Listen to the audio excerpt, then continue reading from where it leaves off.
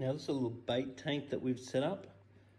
This bait tank has been filled up straight out of the bay, and the plan is to be able to catch bait fish from the bay and keep them alive in this tank or this tub until it's time to go fishing.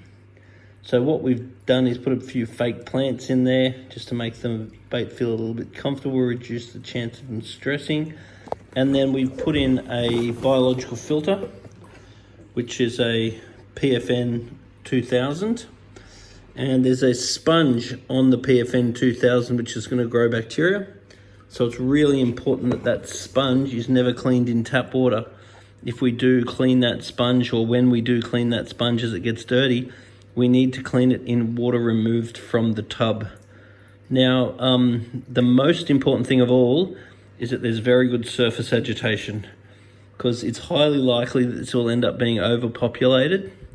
And the fact that it's overpopulated means it's going to need heaps of oxygen. So that fabulous surface agitation is what's going to give the fish some oxygen, so they're as comfortable as possible during their time here.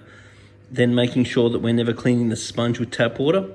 We're only cleaning the sponge in water that we've removed from the tub. And then trying to make sure that water changes are done fairly regularly, because the waste is going to build up, and it will be preferable not to feed them because they're not likely to be here for long enough to require feeding. And if they are here for long periods of time, then using very small amounts of very clean food like Spectrum's probiotic would be the go.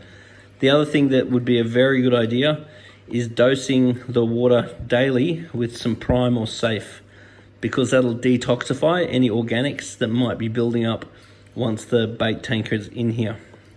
Anyway, it's a really simple bait tank arrangement, requires very little, and is potentially highly effective.